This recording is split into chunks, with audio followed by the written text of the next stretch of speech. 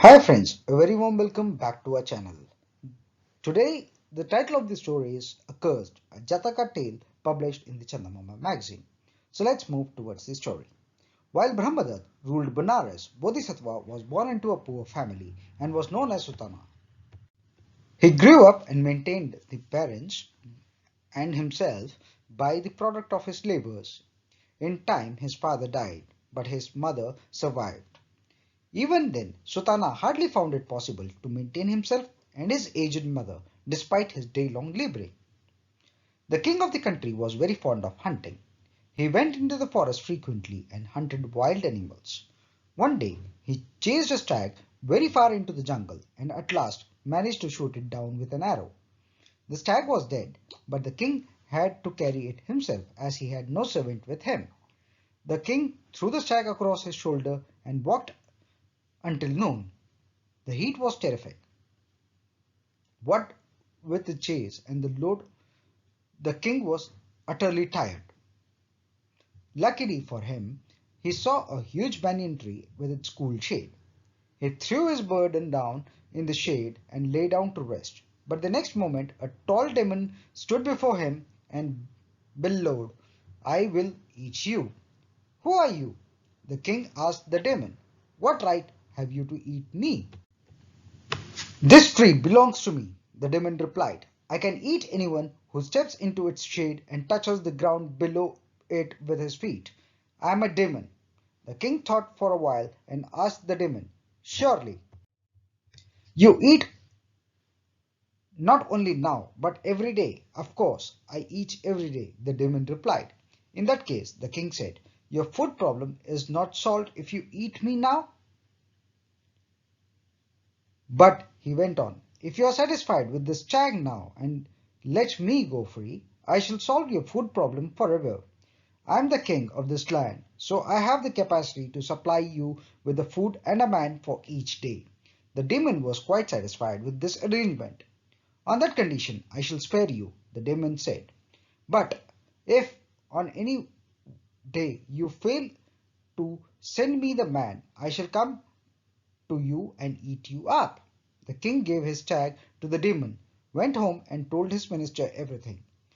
"I can manage everything satisfactorily, your highness," said the minister.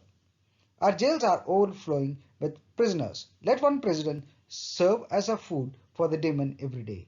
From that day onwards, the minister took out one prisoner every day and sent him along with the other food for the demon under the banyan tree. In course of time, all the prisoners and the prisons became empty. The minister was baffled as to what he should do. He got the following proclamation made throughout the land: "The king will make a gift of 1,000 rupees to anyone who volunteers to take the food to the demon of the banyan tree." Sultana was greatly surprised when he heard this announcement. "What a wonder!" said to himself. "Here I am toiling day and night and never seeing a copper, and the king pays 1,000 rupees to anyone who is willing to be eaten up by the demon. I shall accept the offer, mother." He said to the old woman, "I will take the 1,000 rupees and take food to the demon. You can be quite comfortable with the money." "What nonsense!" the old woman said. "I am perfectly happy now. Don't you go anywhere." "Don't fear for me, mother," Sultana said. "I shall be quite safe. See if I don't come back safe and sound." Then he went to the king and said, "Your Majesty, I am willing to take the food to the demon in the forest if you lend me your sandals, sword, umbrella, and a gold bowl." "Why do you need all these things?" the king asked him. "Oh, I need them to outwit the demon," Sultana replied. Then he took the king's sword, put sandals on his feet, held the umbrella over his head, and took the demon's food in the gold bowl and went to the haunted banyan tree in the forest. But he did not step into the shade of the tree.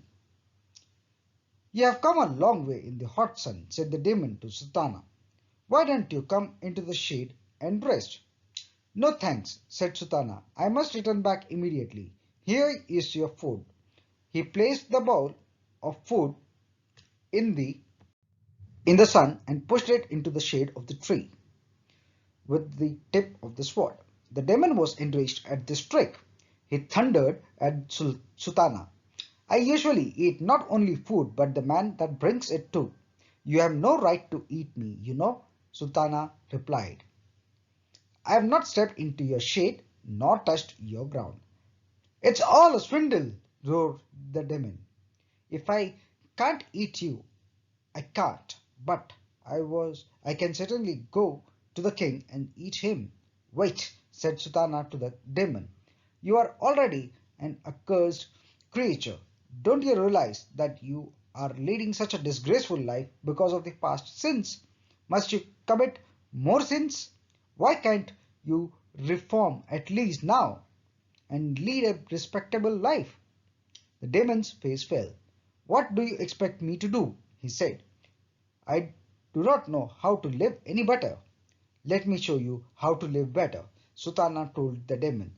Come with me. I'll show you a place near the city gate where you can live. I shall send you clean food every day.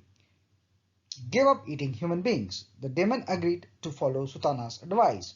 Seeing Sutana return alive, the king was amazed, but he was happy when he heard the full account of what had happened. He appointed Sutana forthwith as the commander of his armed forces and followed his advice in all matters of the state. So this was the story Accursed, published in the Chandamama magazine. So till I come back with a new video, new episode and a new story, till then stay safe and take care. This is your Chandamama signing off from your channel.